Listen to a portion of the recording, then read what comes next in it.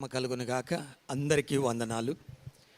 దేవుడు ప్రేమించి ఈ నూతన మందిరాన్ని గడిచిన సంవత్సరములో ప్రార్థించిన రీతిగా మరి ఈ దినము ఎలాగో తిరిగి మరల ఆయన సన్నిధిలో ఆయన మహిమార్థము మనము కూడుకొని ఆయన మహిమపరచటం ఎంతో గొప్ప భాగ్యం. మరి అట్లాగనే చేరి వచ్చిన దైవజనులకు దైవ సేవకురాండ్రకు కూడా నా ప్రత్యేకమైన వందనాలు తెలియజేస్తూ ఉన్నాను. దైవజనులు తెలియజేసిన రీతిగా ఎందరో ప్రార్థన ఉన్నది.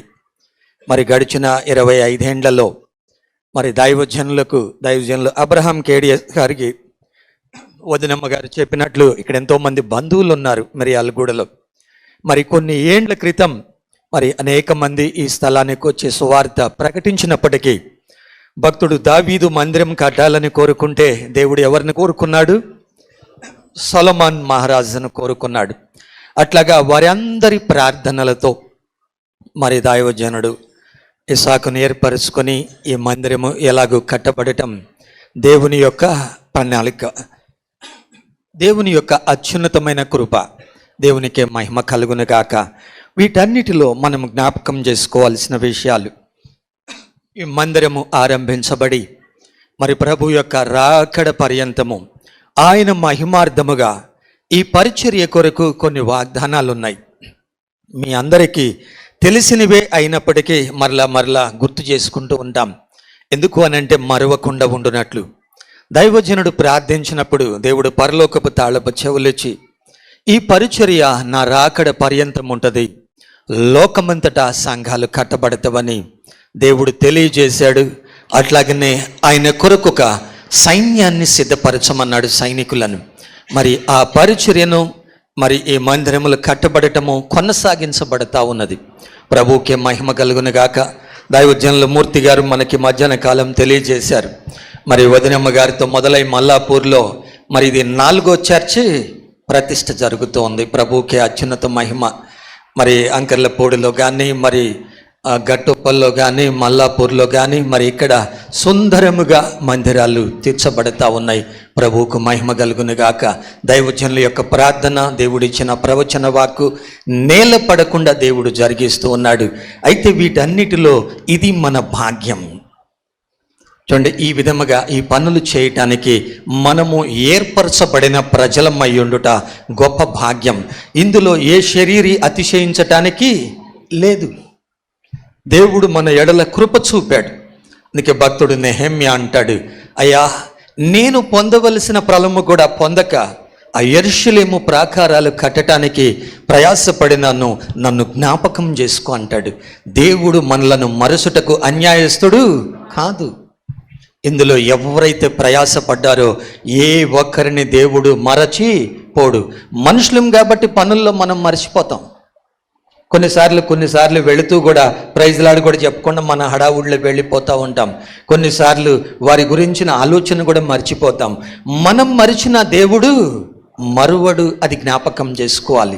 దైవజనుల వైపు చూసేది కాదు, దేవుడు నీకు నమ్మి ఆ పని అప్పగించాడు అని నువ్వు జ్ఞాపకం చేసుకున్నట్లయితే నువ్వు చేసిన కార్యములన్నీ ఆయన సన్నిధికి జ్ఞాపకార్థంగా వెళతాయంట. కొర్నేలియను ఒక భక్తిపరుడు ఉన్నాడు, తను చేసిన పనులన్నీ దేవుని సన్నిధికి వెళ్ళింది. నీకు భక్తుడు హెబ్రీ పత్రికలో అంటాడు, నువ్వు చూపిన ప్రేమ, ఉపచార ధర్మము, పరిచర్య మరవటానికి దేవుడు అన్యాయస్తుడు కాడు. అందుకే ఇక్కడ ఈ పనులన్నిటిలో తోడ్పడిన చిన్నవారి మొదలు పెద్దవారి వరకు మీ సామర్థ్యం కొలది ప్రార్థించి ఉండవచ్చు. భక్తుడు దావీదు అంటాడు, సామాను దగ్గరున్న వానికి ఎంతో, యుద్ధం చేసిన వానికి అంతే. ఏ చిన్న పనైనా నమ్మకంగా చేసి ఉంటే దానికి ప్రతిఫలం ఇచ్చే దేవుడు ఆ ప్రతిఫలం ఇవ్వటానికే ఈ పని కూడా మనకు అప్పగిస్తాడు. కొన్నిసార్లు ఈ పనుల భారం ఎందుకొరకు అని అంటే నిన్ను ఆశీర్వదించటానికి, నీ ఎడల తన కృపను, తన మంచితనమును, తన బలమును చూపటానికి, ఆయన యొక్క ఔన్నత్యమును చాటటానికి, ఆయన ఏమై ఉన్నాడో నీకు తెలపటానికి, నీ వయసుకి, నీ యొక్క జ్ఞానానికి, నీ స్థితికి అందని కార్యాలు చేస్తాడు. ఇలా జరిగించి ఆయన తన మహిమను తెచ్చుకుంటాడు. చూడండి, రాత్రి కాలం చూసాం, ఈ ఉదయకాలం చూసాం, ఇప్పుడు చూస్తున్నాం. దైవజనుల ద్వారా దేవుడు ఏమన్నాడు?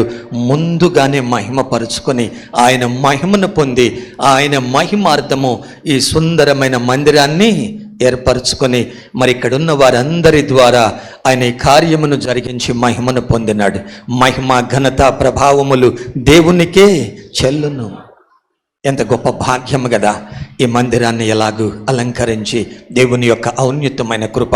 ఇందులో దైవజనుని పాత్ర ఉన్నది. మరి దేవుని పాదాలు పట్టుకొని ఎన్నో రాత్రులు, ఎన్నో పరిస్థితులు, దీని వెనక ఎంత ఉన్నదంటే మరి ఆ నలిగింపు చూడండి, మనిషి జ్ఞానానికి అందదు. నేను తరచుగా అప్పుడప్పుడు గుర్తు చేస్తూ ఉంటాను. ఈ మహిమను గురించి బోధించే సమయాల్లో అనేక స్థలాల్లో గడిచిన సంవత్సరం నుంచి కూడా బోధిస్తూ అనేక సందర్భాలు ఉదహరిస్తూ నేర్పించుకుంటూ వస్తూ ఉన్నాను. ఓ గొప్ప దైవజనుడు మనందరికీ తెలుసు, బెన్హెన్ గారని. ఓ దైవజనుడు జాన్ అని ఉన్నాడు. తన్ని ఇంటర్వ్యూ చేశాడు కొన్నేండ్ల క్రితం. ఆయనది గొప్ప పరిచర్య. ఎటు చూసినా 3 కిలోమీటర్ల పొడవు ఎడల్పు ఉండే మందిరము పరిచర్య అంట. ఆ ఇంటర్వ్యూలు అడుగుతున్నాడు, జాన్ దీని యొక్క రహస్యం ఏంటి అని. ఆ రహస్యం ఏంటి అన్నప్పుడు ఆయన జాన్ చెప్పిన మాట ఏంటంటే ఏడుస్తున్నాడు. ఆయనను చూసి బెన్హెన్ గారు కూడా ఏడుస్తున్నాడు ఇంటర్వ్యూ చేస్తూ. ఎందుకు అని అంటే 1000 మార్లు పైగా నేను చనిపోదామని అనుకున్నాను. ఎలా ఉంది కదా.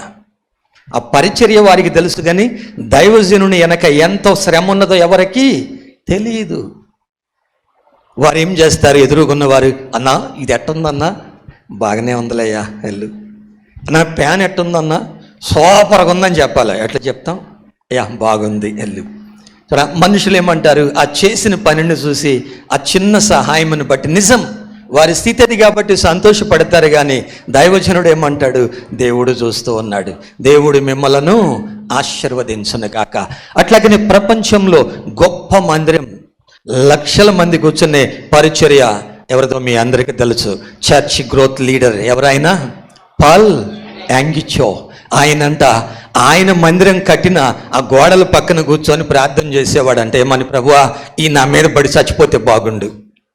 ఏవి పడాలి, ఆయన కట్టిన గోడలే ఎవరి మీద పడాలి, ఆయన మీద పడాలి, నా వల్ల కాదు ప్రభువా అని అంటే ఆ చర్చిలో రోజు అడుక్కునే ఆమె తెచ్చి తన గిన్నెచ్చిందంట. ఏమిచ్చింది, తను అడుక్కోవటానికి ఇంక అదే ఉంది, ఇంకేమీ లేదు. ఆ గిన్నెతో ఆరంభమయ్యి ప్రపంచమంతటికి సువార్త. ఆయన కట్టిన మందిరము శాఖోపశాఖలుగా అది చూసి ఇంకెంతో మంది అలాగూ మందిరాలు కట్టినారు. ఎటు చూసినా ఫుల్ పీట్ కనపడేటట్లు. సౌత్ కొరియా నుండి. ఎంత గొప్ప భాగ్యం కదా. దాని వెనక ఎంత శ్రమ ఉంది. ఆ గోడలు ఆయన మీదే పడాలి. అందుకే దైవజనులు మనుషుల దగ్గర ఆజ్ఞ తీసుకోరు, మనుషులకు దాసులుగా ఉండరు. ఏమంటారు, మా మాటనాలు పాస్టర్ గారు, ఇది ఇట్ట చేస్తే ఎట్టుంటుంది కదా, ఇది అలా చేస్తే ఎలా ఉంటుంది కదా. నేను కూడా చెప్పాను, పాస్టర్ గారు ఏసీలు పెడితే ఎలా ఉంటుంది అన్నా నీకేమో ఏసీలు అంటున్నావు, మాకు ఇక చిన్నగా కాస్త డోర్లు పెట్టుకుంటే బాగుంటుంది. అయ్యా నువ్వు చెప్పిందే ఓకే. నాకంటే చిన్నోడని నేనేమన్నా పెత్తనం చేశానా కదా. మీరు ఆలోచించండి. ఏమయ్యా అలో పెట్టు అని చెప్పానా, చల్లగా ఉంటుందని ఏమన్నా చెప్పానా? నీ ఇష్టమే. దేవుడు నీకు పని చెప్పాడు. మహిమ దేవునికే. దేవుడు నీకు అప్పగించిన పని అది, నాకు అప్పగించిన పని కాదు. దేవునికే అత్యున్నత మహిమ. నీ ఇష్టమే మా ఇష్టం. నువ్వు ఏ పని కొరకు వాడతావో మా ఉద్దేశం ఇది. మీరు మాత్రము ఆయన పనిలో జరిగించండి అంతే, ఇంక వేరేదేం లేదు. ఈ రీతిగా లోపడాలి. ఈ మధ్యకాలంలో దైవజనులు హోసన్న మినిస్ట్రీస్ అబ్రహాం గారు చెప్తా ఉన్నారు, షార్ట్ మెసేజ్ వస్తాను ఏమని, దైవజనుని నోటి నుంచి వచ్చిన ప్రతి మాట మేము దేవుని మాటగా తీసుకున్నాము. హల్లెలూయా. దేవునికే మహిమ కలుగునుగాక. దైవజనుడు ఏం చెప్పాడో అది శిరస వహించాము, దేవుని మాట అని తీసుకున్నాము. మరి ఈరోజు చూస్తే దైవజనుడు లేకున్నా ఆ పరిచర్య ఇంకా విస్తరిస్తూనే ఉన్నది. ఇంకా విరామం లేకుండా అబ్రహాం అన్న ప్రకటిస్తూనే ఉన్నాడు. ఎంత గొప్ప భాగ్యం కదా. దేవుని మాటని, ఆ మాటని తీసుకోకుండా ఉన్న వారిని నాకు కొద్దిమంది తెలుసు. విమర్శించి ద్వేషించి ఇప్పటికీ రోడ్లమ్మటి గృహ దర్శనాలు చేస్తూ తిరుగుతున్న వాళ్ళు ఉన్నారు. ఎందుకు అని అంటే ఆ ప్రారంభ దినాలు నాకు తెలుసు, ఈ మధ్య కాలంలో ఉన్న దినాలు తెలుసు. నేను ఈ 30 ఏళ్ళగా పరిచర్యలో ఉన్నా కాబట్టి ఎంతోమంది నాకు తెలుసు. విన్నవాడేమో సంఘ నాయకుడైనాడు, ఇస్ ఎ ప్రెసిడెంట్. వినని వారేమో రోడ్లు వెంట తిరుగుతూ ఉన్నారు. ఎందుకని? తప్పుబట్టు, విమర్శించో, ద్వేషించో, ఎట్ట చేస్తే బాగుండు, అట్ట చేస్తే బాగుండు, ఇంకెట్టో చేస్తే బాగుండు అంటే మరి నువ్వు చేయొచ్చు కదా, నువ్వు చేయొచ్చు కదా. ఎవరు చేయొద్దన్నారు? చేసేది ఉండదు, సొంత తెలివి లేదు, చెడగొట్టడానికి ఉంటారు. ఇప్పుడు కూడా ఈ ముందున్న పని కొరకు దైవజనుడు పడిన ప్రయాస, ప్రార్థన, జగనన్న చెప్తా ఉన్నాడు, ఆయన ఎప్పుడూ ప్రార్థిస్తూనే ఉన్నాడు, ఆయన ఎప్పుడూ ప్రార్థనలోనే ఉన్నాడు, ఆయన ఎప్పుడూ ప్రార్థన చేస్తూ ఉన్నాడు. ఈ పనులన్నీ జరుగుతూ ఉన్నవని చెప్తూ ఉన్నారు. ఎంత మంచి సాక్ష్యం కదా. దేవునికి మహిమ కలుగును గాక. ఎంత గొప్ప ఆశీర్వాదం చూడండి. వారు మంచి సాక్ష్యం ఇస్తూ ఉన్నారు. ప్రభువుకే అత్యున్నత మహిమ. దేవుని మార్గాలలో మనం ముందుకు సాగాలి. గడిచిన సంవత్సరాల్లో ఇటువంటి అనుభవాలు నాకున్నవి కాబట్టి ఒకటి రెండు ముందుగా గుర్తు చేస్తాను. 2008లో మేము చిన్న తాటాకులతో ఉన్న పాక గప్పుకుంటూ ఉన్నాం. ఉన్న దాన్ని ఊడదీసి కొత్తగా మళ్ళీ కొత్త ఆకు తెచ్చుకొని తాటాకులు. నాతో పాటు కొద్దిమంది సహకారులు ఉన్నారు. వారు అన్ని విధాల సహకారం అండి. అటు మంచిలోనూ ఇటు షబ్బర్లోనూ, అది ఏదైనా కావచ్చు కదా. ఎంత మంచి సలహాలు. అన్న ఆయనకు ఆయనే డెవలప్ చేసుకుంటున్నాడు. ఏంటిది? తాటాకులు కదా. ఇంకా నయం దానికి సున్నం బుయ్యమల్లా. ఎంత బాగుందో. మేము ఒకసారి ఏసీ కొనుక్కొని వస్తున్నాం, గదులు కట్టుకున్నాం. అన్నా నీకు ఏసీ ఎందుకన్నా? తాటాకుల్లో పెట్టడానికి అమ్మా అన్న. ఏసీ ఎందుకంటే తాటాకుల్లో పెట్టాను. తర్వాత వచ్చి అన్న రేకులేసారు కన్నా అన్నాడు. అమ్మ నువ్వు అప్పటి నుంచి ఇప్పుడు దాకా రాలేదా అన్న. రాలేదన్నా అంటుంది. పాపం ఎన్ని పనులో ఎక్కడెక్కడో తిరుగుతుంది. తిరిగి తిరిగి ఎప్పుడు అవసరమై ఆపద వచ్చినప్పుడు వచ్చింది. అట్లాగా 2014లో కాస్త రేకులు తీసి తాటాకులు తీసి రేకులు వేసుకుంటున్నాం. నా దగ్గర ఇద్దరు ప్రియమైన వారు ఉన్నారు, పెద్ద ఆయనలు. అందులో ఒక ఆయన పోయాడు, ఒక ఆయన ఉన్నాడు. ఈరోజు రావటానికి కుదరలా, ఎందుకంటే సాటి సహాయానికి సొక్కడాలు తీశారు. అయ్యగారు అందుకు సహకారంగా ఉన్నాడు. మరి వస్తే అట్లా అమ్మగారు ఊరుకోవాలి కదా, హోమ్ మినిస్టర్ పర్మిషన్ కావాలి. ఈ ఇద్దరు కూర్చొని మాట్లాడుకుంటున్నారు. ఏమయ్యా, నేను 4 చర్చీలు కట్టించా, నువ్వు 50 ఏళ్ళ సీనియర్వి. అసలు ఈ పాస్టర్ గారు ఏం చెప్పడింది? ఒక్క మాట చెబితే 4 ఊళ్ళు పోయి రౌండ్ వేసి వస్తాం కదా. దేనికి? ఇట్లాంటి పుస్తకం ఒకటి తీసుకొని రాసుకొని వస్తాం. ఎవరెవరి దగ్గర ఎంత వస్తాయో ఏం వస్తాయో ఏదో ఒకటి చేసేద్దాం. తోడు ఎంత మంచోళ్ళు. మళ్ళీ ఏమంటున్నారు? మనం చెప్పిన ఆయన వినలే. మనం చెప్పిన ఆయన వినడం, ఆయన చేయాలనుకుందే చేస్తాడు. మరి ఏ ఒక్కరి దగ్గర అడుక్కుంది లేదు. ఈరోజు ఈ మందిరం ఎలా ఆరంభమైందో చూశారు. బంగారం దగ్గర నుంచి మొదలయ్యి ఒక ఇల్లు చూడండి. ఒక ఆయన తన ఇల్లును తనఖా పెట్టేసి కొన్ని డబ్బు తెచ్చి ఈ పిల్లర్సు, ఈ స్లాబు అన్నీ అయిపోయి ఒక్కొక్కటిగా వారి యొక్క సహకారంతో, సంఘ బిడ్డలతో ఈ పనులన్నీ ముగించబడ్డాయి. ప్రతి దానికి సాక్ష్యం ఉన్నది. ప్రతి పని ద్వారా దేవునికి మహిమ ఉన్నది. ఇది ఎవరో సొమ్ము కాదు. ఎవరి సొమ్ము ఇది? దేవుని బిడ్డల సొమ్ము. దేవుడు వారిని దీవించి వారికి ఆ మంచి మనసు ఇచ్చి ఆ మందిరము కట్టబడటానికి దేవుడు వారిని వాడుకున్నాడు. ఈ రీతిగా ఈ పరిచర్యలో ఎలాగ ఉంటుంది? ఇప్పుడు కూడా సంవత్సరాలు గడుస్తూ ఉన్నాయి. ఇంకొద్ది మంది ఉంటారు. మన అక్టోబర్ 13కి మరి దైవజనుడు నిద్రించిన తరువాత ఈ పరిచర్యలో మరొక తరం వస్తూ ఉంది. ఈ తరము సత్యాన్ని అందించాలి లోకానికి. ఎల్లకాలం ఉండవు. దైవజనులు వెళ్ళిపోయారు.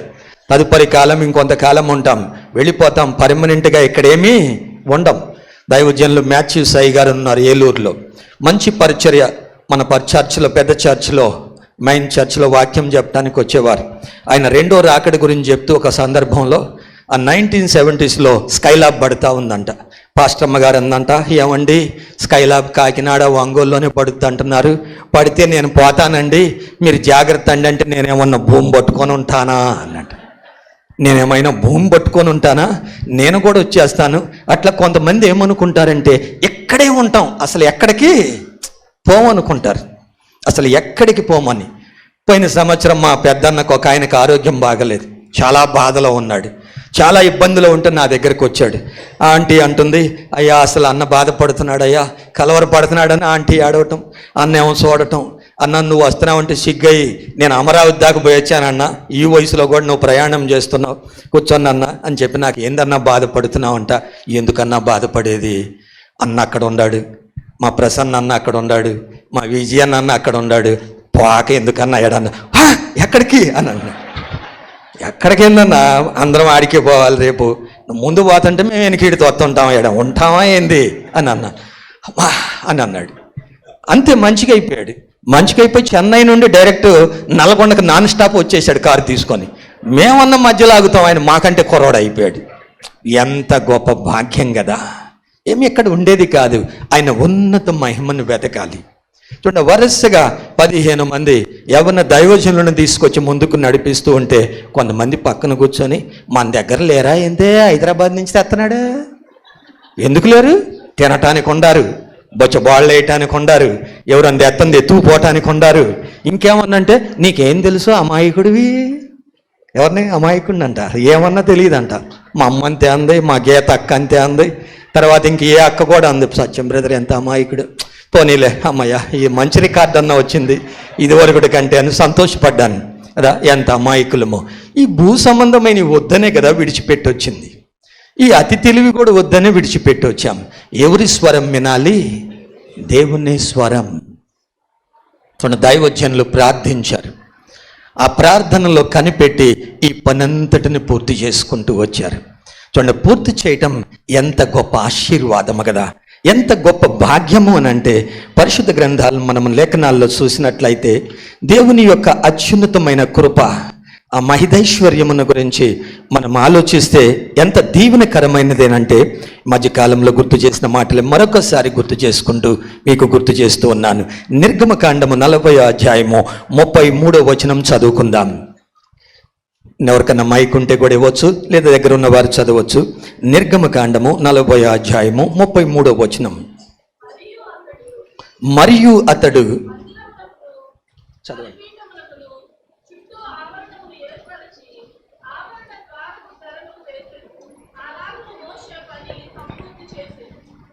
చూడండి, ఇక్కడ మోషే ప్రత్యక్ష గుడారం యొక్క పని సంపూర్తి చేయగానే దేవుని మహిమ గుడారములోకి దిగి వచ్చాను.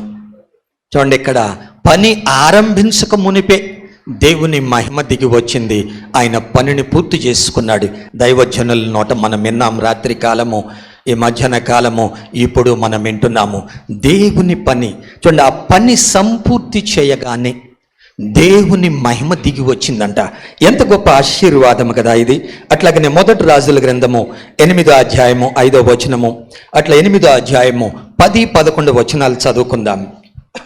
8వ అధ్యాయము 10-11 వచనాలు. యాజకులు పరిశుద్ధ స్థలములో నుండి బయటికి వచ్చినప్పుడు మేఘము యెహోవా మందిరమును నింపెను. చదవండి. యాజకులు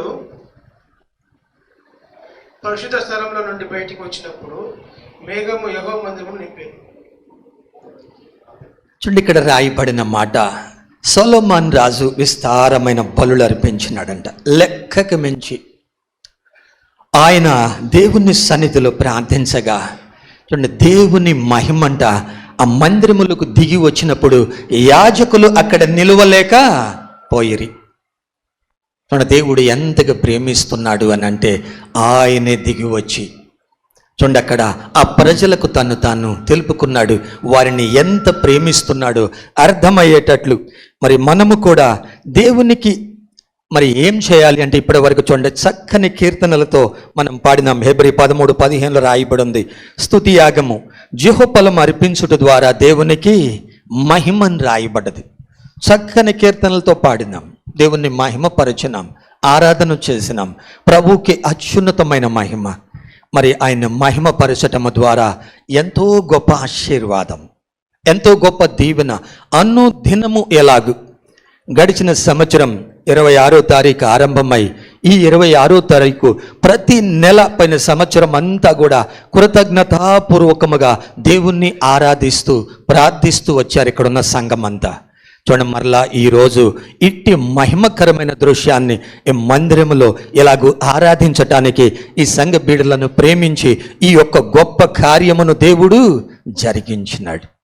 చూడండి, ఆయన మహిమదికి వచ్చి ఆ పనులన్నీ చక్కబెడుతూ ఏది ఎక్కడ అవసరమో ఆ సమయానికి వారిని నడిపించి ప్రతి పని ద్వారా దేవుడు మహిమను పొందాడు. ప్రతిదీ కూడా చక్కగా అమర్చబడింది. దేవుని యొక్క అత్యున్నతమైన కృప చూడండి, వారిని వాడుకొని ప్రభువు చేసిన యొక్క గొప్ప ఆశీర్వాదం, ఈ గొప్ప దీవెన మనము ఎందు నిమిత్తము సృజించబడినాము అని అంటే లేఖనాల్లో మనం చూస్తే దేవుణ్ణి ఎలా మహిమపరచాలో పరిశుద్ధ గ్రంథం సెలవిస్తుంది. కీర్తన 19:1 నుండి, కీర్తనల గ్రంథము 19:1 చూడండి, వరుస వచనాలు చదవండి. ఆకాశములు దేవుని మహిమను వివరించుచున్నవి, అంతరిక్షము ఆయన చేతి పనిని ప్రచురపరచున్నది. చదవండి బ్రదర్. పగటికి పగలు బోధించుచున్నది, రాత్రికి రాత్రి జ్ఞానము తెలుపుచున్నది. వాటికి భాష లేదు, మాటలు లేవు, వాటి స్వరము వినబడదు. చూడండి, ఆకాశములు దేవుని మహిమను ప్రచురము చేస్తున్నాయంట. వాటికి భాష లేదు. చూడండి, రాత్రికి రాత్రి పగటికి పగలు సృష్టి దేవుణ్ణి మహిమపరుస్తుంది. మరి మనము సృజించబడిన వారం. చూడండి, ఆయన సృష్టికర్త. ఈ సృష్టి ఆయన మాట చేత పలికింది. మనల్నేమో ప్రత్యేకముగా తన రూపములో చేసుకున్నాడు. మనలను చేసుకున్నదే ఆయన మహిమ కొరకంట. దేవుడు మనలను చేసుకున్నదే ఆయన అత్యున్నత మహిమ కొరకు, ఆయన మహిమను లోకానికి వెల్లడపరచటానికి, ఆయన కార్యములు ప్రత్యక్షపరచబడటానికి. అందుకే యెషయా ప్రవక్త ద్వారా అంటాడు, యెషయా 43:7 నా మహిమ నిమిత్తము సృజించిన ప్రజలను పిలవనంపుడి అని అంటున్నాడు. ఆయన మహిమ కొరకు సృజించిన వారిని అంట పిలవనంపాలంట. చూడండి, ఈరోజు ఎంతోమంది దైవజనులు, దేవుణ్ణి ప్రేమించిన వారందరూ ఈ స్థలములో సమకూడి ఆయన మహిమ పరుస్తూ ఉన్నారు. ఆయన మహిమ కొరకు సృజించబడిన వారు, ఆయనను ఘనపరిచేవారు. ఎంత గొప్ప దీవెన కదా. ఇందుకొరకు దేవుడు మనల్ని సృజించింది. దేవుణ్ణి మహిమపరచాలి అనే ఆశ, ఆసక్తి నీలో ఉంటే నువ్వు ఉన్న చోట ఎక్కడున్న ఆశీర్వాదమే. నువ్వు ఎందు నిమిత్తము సృజించబడ్డావో అర్థమైతే నీ జీవితము ద్వారా దేవునికి అత్యున్నత మహిమ. రాత్రి కాలం ఒక సహోదరుడు సాక్ష్యం చెప్పినాడు. ఎన్నో మత్తు బిళ్ళలు మింగాడు, ఎన్నోసార్లు చనిపోవాలనుకున్నాడు, గోడ కొట్టుకున్నాడు. కానీ దేవుని ప్రణాళికలో ఉన్నాడు అని తనకు అర్థమయ్యే వరకు తనేంటో తనకి తెలీదు. చావటమే బెస్ట్ అనుకున్నాడు తనకున్న పరిస్థితులు. మరి దేవుని వైపు తిరిగితే చూడండి, దళిత బంధన కార్యక్రమం ద్వారా ఈ కెమెరాలు అన్నీ కొనుక్కొని తన జీవనోపాధే కాదు ఈ పనంతటిలో తోడ్పడుతున్నాడు. ఎవరికి మహిమ? తన జీవితం ద్వారా దేవునికి మహిమ. చూడండి, ఈ పని ద్వారా తన జీవితం వేరు, తను కోరుకున్న మరణం. దేవునికి అవకాశం ఇస్తే దేవుడు తనను చేతబట్టి ఈ పెద్ద పనుల్లో వాడుకున్నాడు. అంతేకాదు తనకున్న వస్తువులు కూడా వాడబడుతున్నాయి. ఎంత గొప్ప ఆశీర్వాదం. తనే కాదు, తనకు చెందినవన్నీ కూడా దేవుని మహిమ కొరకు వాడబడుతున్నాయి. అలా వాడబడాలని దేవుడు ఇష్టపడుతున్నాడు. ఎవరైతే ఆయనను ప్రేమిస్తారో వారున్న చోట ఎటువంటి సమస్యలు ఉండవు, గొడవలు ఉండవు, భేదాభిప్రాయాలు ఉండవు, అనవసరమైనవి ఏవి ఉండవు. ఎందుకు అనంటే వారి ఫోకస్ అంతా దేవుని వైపే. ఏమంట? నేను నా తండ్రిని ఎలా సంతోషపెట్టాలి, నా దేవుని కొరకు నేను ఏం చేయాలి, ఏం చేయగలను, ఎంత చేయగలను, ప్రభువా నన్ను వాడుకో, నీ కొరకు నేను ఏం చేయాలో, ఎంత చేయాలో, నీ మహిమ కొరకు ప్రభువా. చూడండి, ఆ ఉద్దేశాలు నెరవేర్చడానికి ఎంత దూరమైన ప్రయాణిస్తారు, ఎంతైనా ఖర్చు పెడతారు, ఏదైనా వదులుకుంటారు. ఇక వారు ప్రశ్నించే తీరుండదు. వారి మనసంతా దేవుని మీద ఆనుకొని ఉంటుంది. పూర్ణ శాంతి కలిగిన వారిగా ఉంటారు.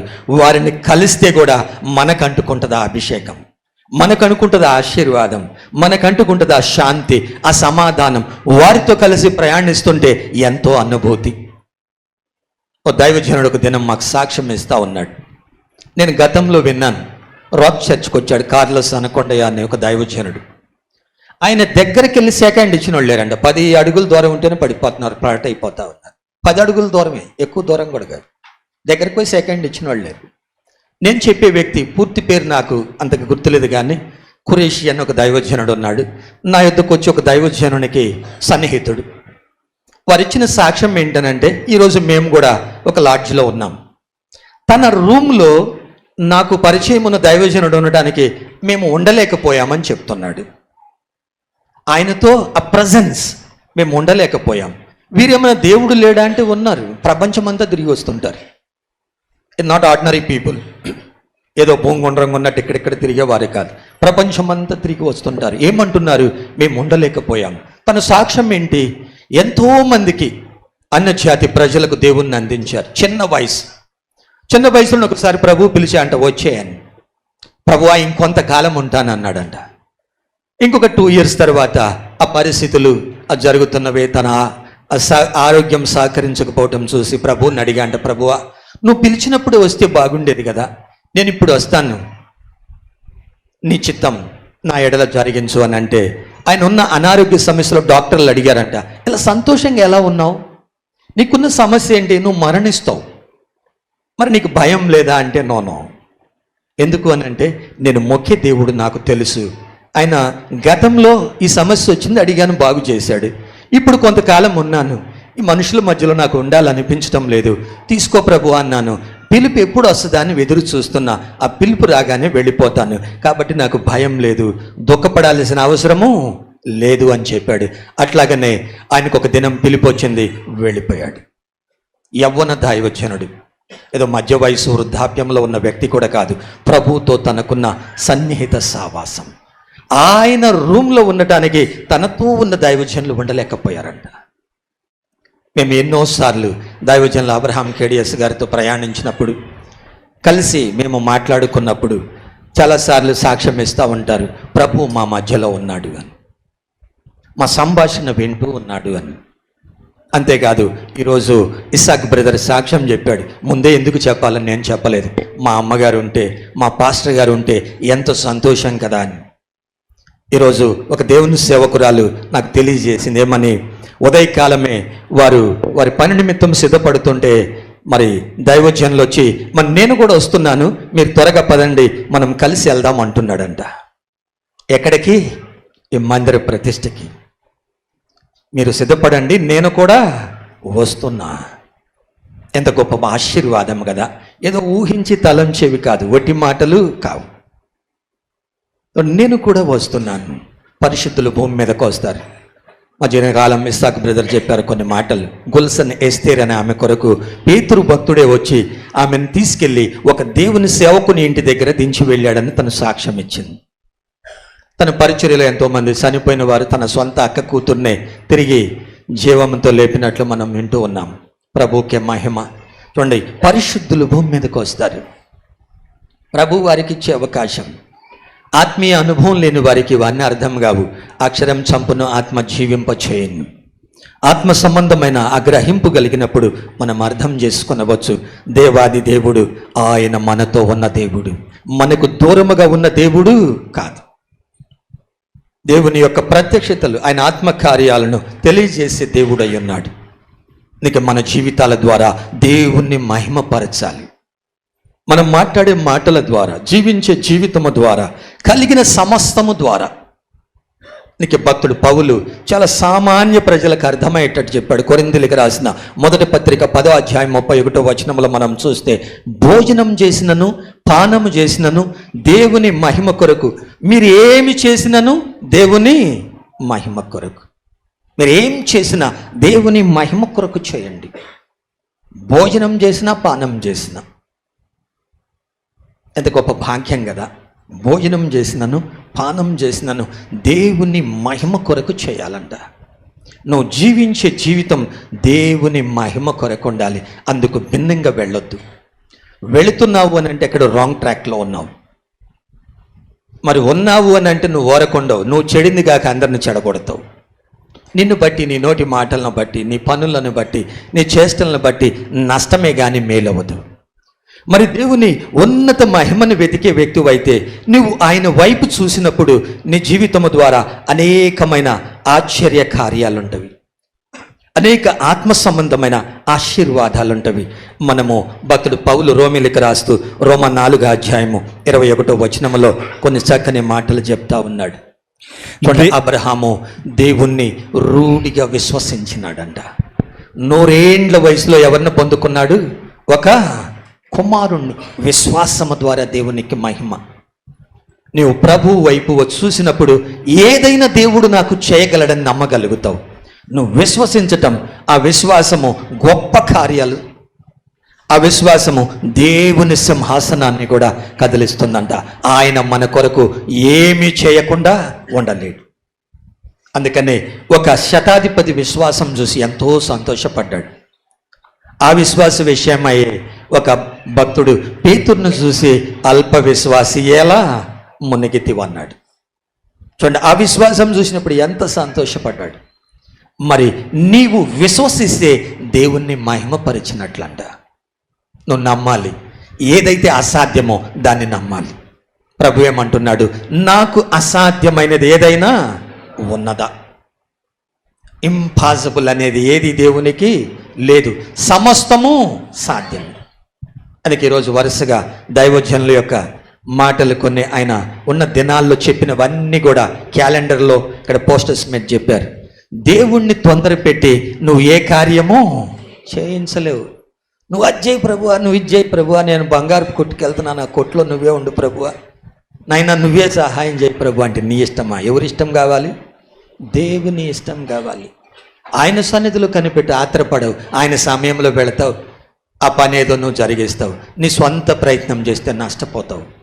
కొద్దిమంది వారు చెప్పింది చేయాలనుకుంటారు, ఆత్రపడతారు. ఆత్రపడితే అవ్వవు. ఆయన చేతులకు నువ్వు అప్పచెప్పుకోవాలి. ఎప్పుడైతే నువ్వు ఆయన చేతులకు అప్పచెప్పుకుంటావో, దైవజనుడు పలికినట్లు, ఎందుకు నాకు ఈ గొప్ప శ్రమ అని అంటే గొప్ప ఆశీర్వాదములు నీవు పొందుకోవటానికే. చూడండి, దీని వెనక ఎంత ఉందో, ఎంత శ్రమ ఉందో ఎవరికైనా తెలుసా? మనుషులంగా మనకు కొన్నే తెలుసు. అది దేవునితో నడిచే ఆ వ్యక్తికి తెలుసు ఆ శ్రమానుభవం ఏంటో. ఆ నలిగింపులో నుంచి ఒక శిల్పకారుడు శిల్పాన్ని చెక్కినట్లు తనను చెక్కుకొని మలుసుకొని నమ్మి మనుషులను అప్పగిస్తాడు, నమ్మి ఆ పనులు అప్పగిస్తాడు, నమ్మి ఆ గొప్ప కార్యాలు తనను చేతపట్టి దేవుడు జరిగిస్తాడు. ఊరికయ్యేవి కావు.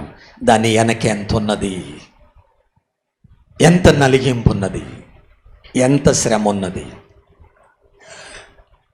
ఇంతకంటే ఇంకేముండవు. మీరు మధ్యకాలంలో సాక్ష్యం విన్నారు. నాకు మనోరాలు పుట్టింది, అసలు కంటే వడ్డీ ముద్దు అన్నట్టు. మొదలే ఆడపిల్లల తండ్రిని, ఆడపిల్లల తండ్రి మళ్ళీ ఒక్కోసారి ఆడపిల్ల పుట్టింది. అసలు అదొక అద్భుతం. నా కుమార్తె అంత, డాడీ నేను కూడా దేవుణ్ణి అడగలేదు కదా. అసలు అనుకోకుండా తనకు బ్యాక్ పెయిన్ వచ్చింది. అందుకని కాలేజీ పోకుండా రెస్ట్ తీసుకుంది. రెస్ట్ అనుకొని హాస్పిటల్కి పోతే బిడ్డ అన్నారు.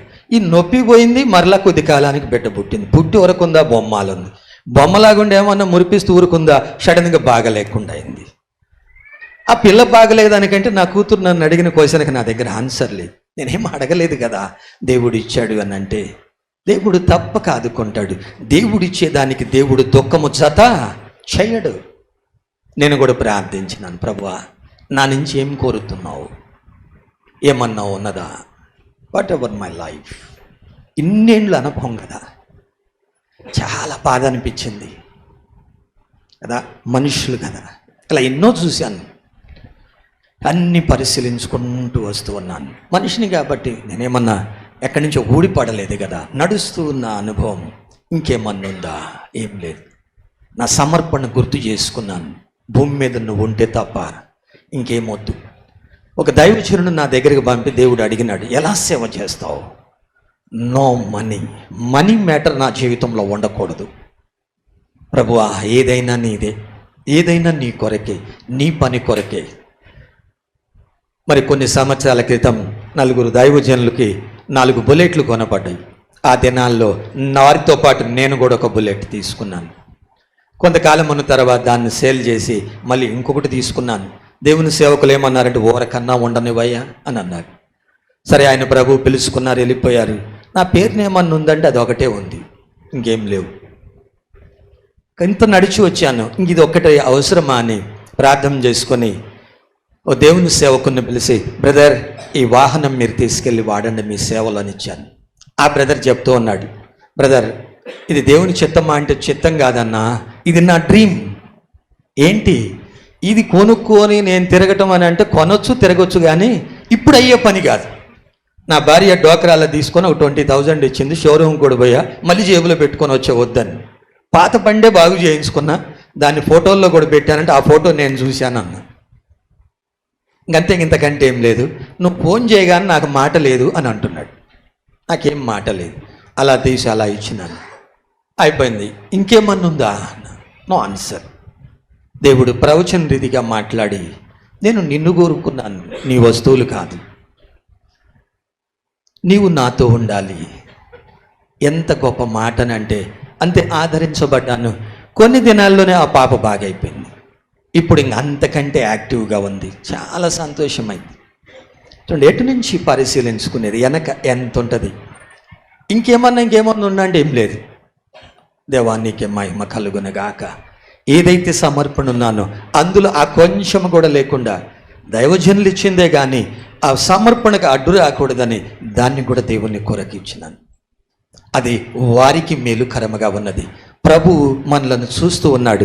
అందుకే ఆయన కొరకు మనము చేయగలిగింది. యేసు ప్రభు వారు అంటారు, యోహాను సువార్త 17:4 చేయుటకు నీవు నాకు ఇచ్చిన పనిని నేను సంపూర్ణముగా నెరవేర్చి భూమి మీద నిన్ను మహిమ పరచితిని. నువ్వు నాకు అప్పగించింది ఏదైతే ఉన్నదో సంపూర్ణముగా నెరవేర్చి. నేను కూడా ప్రార్థన చేసుకున్న, ప్రభువా నా సమర్పణలో నేను పలికిన మాటల్లో దైవజనులు నాకు నేర్పించిన దాంట్లో నాకు మాదిరి చూపి వెళ్ళాడు. నాదేమీ లేదు నాయన, నీకే మహిమ రావాలి. నాకున్న వాగ్దానాలు, నా కొరకు చేయబడిన ఆ మాటలు అన్నీ గుర్తు చేసుకుంటూ ఉన్నాను.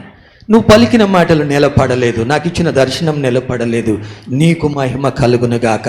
నేను చేయగలిగినది కూడా ఏది ఉన్నదో అది నీ మహిమ కొరకే జరగాలి. వరుసగా అనేకమైన ఆశ్చర్య కార్యాలు దేవుడు చేయటం ఆరంభించాడు.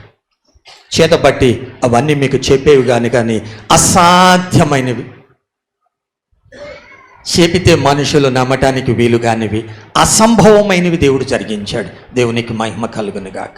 అద్భుతమైన కార్యాలు, అద్భుతమైన స్వస్థతలు, అద్భుతమైన ఆశీర్వాదాలు, అద్భుతమైన దీవెనలు.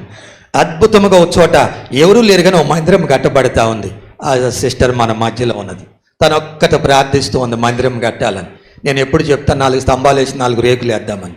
4 రేకులు కాదు, అది సుందరంగా తీర్చబడుతుంది. నేను అనుకుంటున్నా, అందులో ఇద్దరు సిస్టర్లే, అమ్మ తల్లి బిడ్డ అనుకున్నాం. వీళ్ళిద్దరు ఇంకెవరు లోనకి రానిస్తారా రానివ్వరా అనుకుంటున్నాం.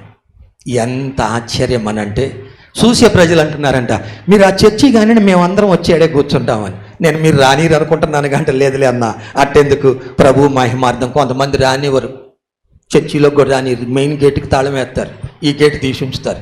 ఇవన్నీ కాకుండా బాత్రూంలకు కూడా తాళాలు వేస్తారు, దాంట్లో కూడా బానీరు. ఏంటంటే ఇది అయ్యగారిదే, ఇది అమ్మగారిదే, అలానే పోవటానికి. నేను అన్నాను, మరి అసలు అయ్యగారు వస్తేనో అన్న పలకట్లా.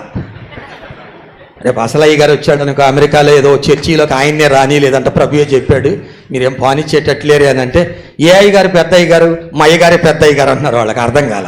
పోనీలేమ్మా మీకు దండం, నేను తగువ పెట్టినట్టు ఉండేది, లేకపోతే మా అయ్యగారే పెద్ద అంటున్నారు వాళ్ళు, మంచిదమ్మా మీకు దండం అన్న. ఏం చెప్తాం. అందుకే అప్పుడప్పుడు పాస్టర్ గారు కూడా కొన్ని ఊర్లు పోయేటప్పుడు సిస్టర్లను తీసుకొచ్చేవారు. అయ్యా సత్తెనపల్లి అయితేనే తీసుకొస్తా, ఇంకెక్కడికి తీసుకుపోనన్నారు. అనుకోకుండా మేము వెళ్ళాము ఒకసారి ఒక ఊరు.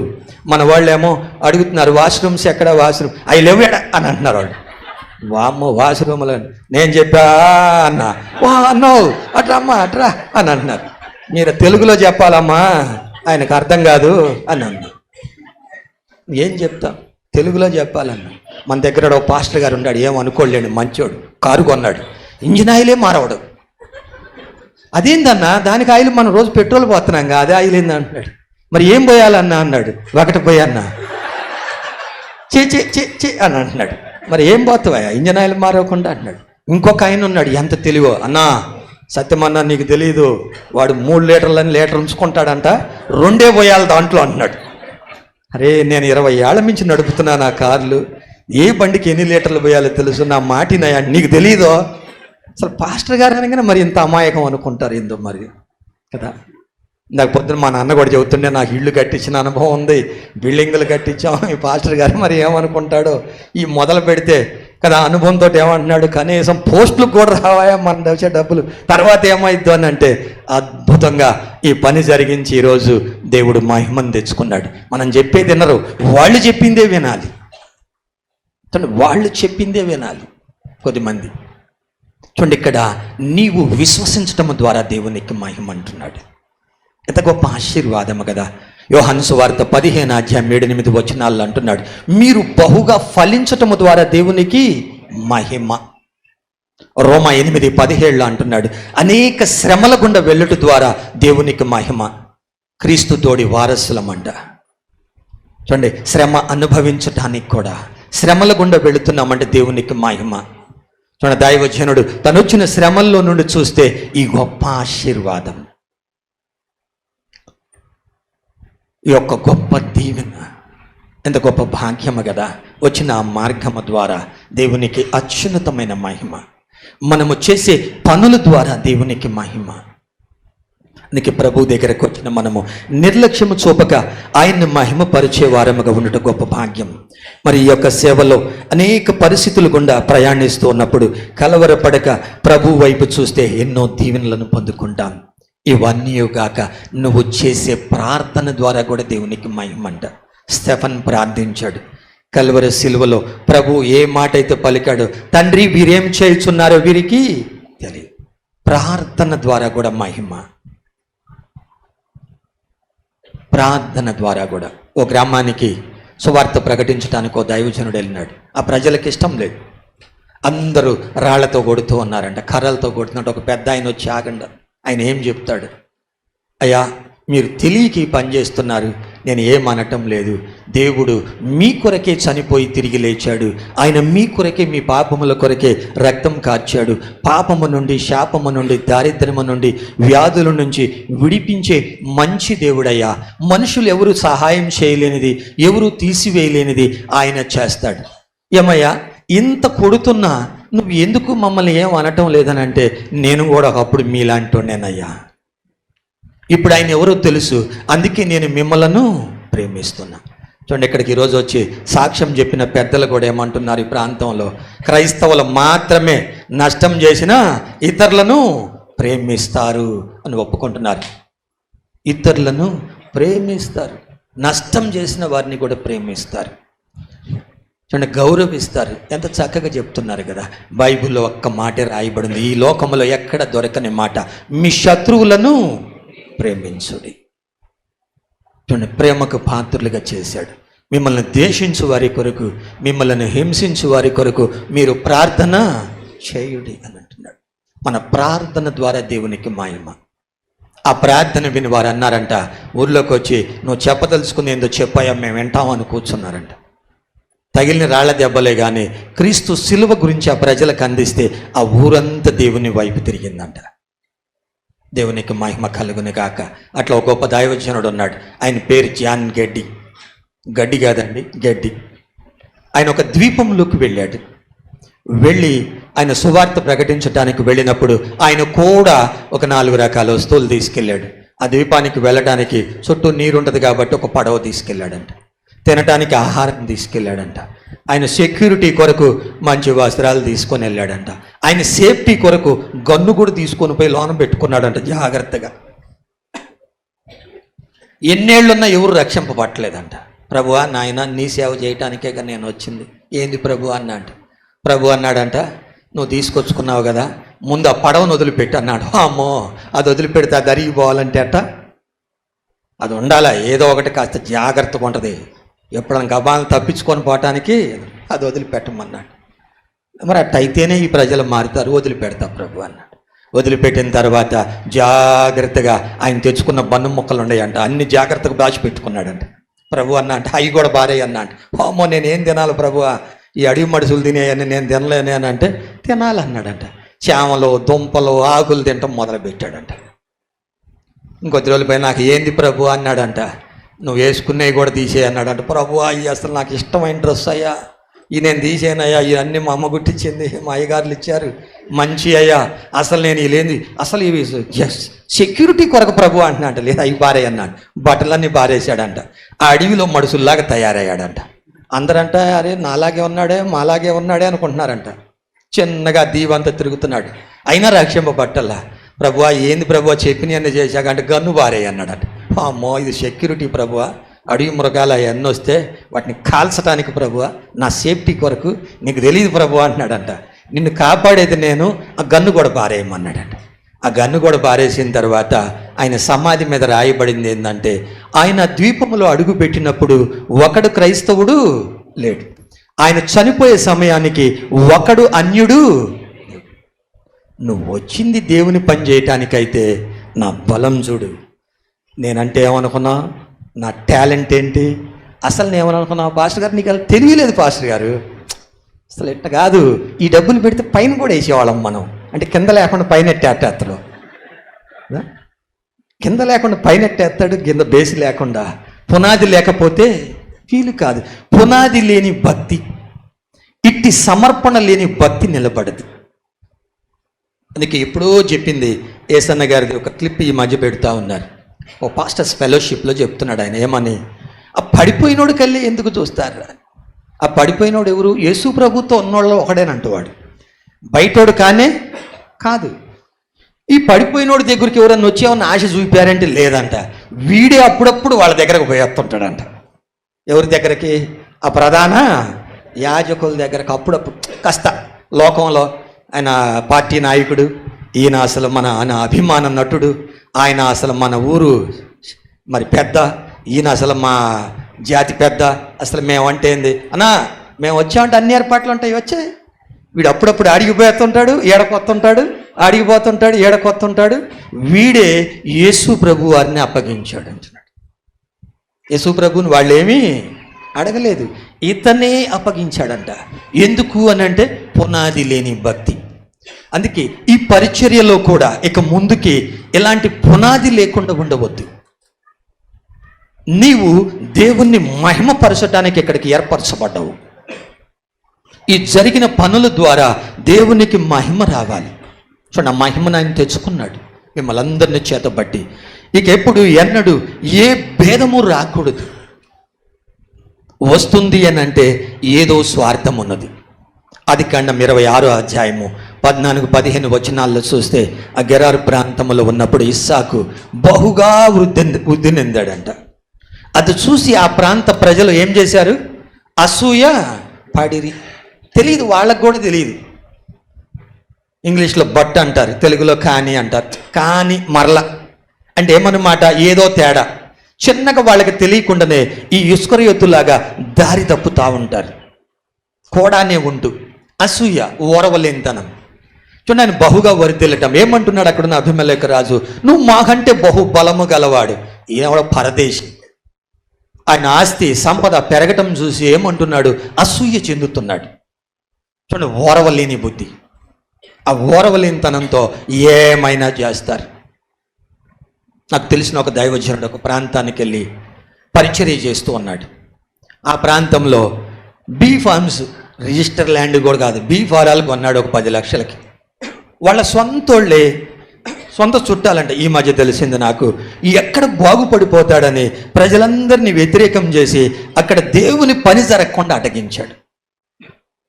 దేవుని పనే జరగకుండా అడ్డగించాడు. తను కొన్ని సంవత్సరాలుగా 4-5 సంవత్సరాలు ఒక పట్ట కట్టుకొని దాని కిందే కాపురం చేస్తున్నాడు.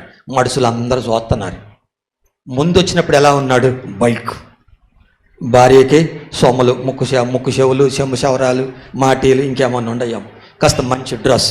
అవన్నీ చూడగానే సొంతోళ్ళకి కూడా ఉండోళ్ళకి అసలు పలకరీని వ్యసనం, బాధ.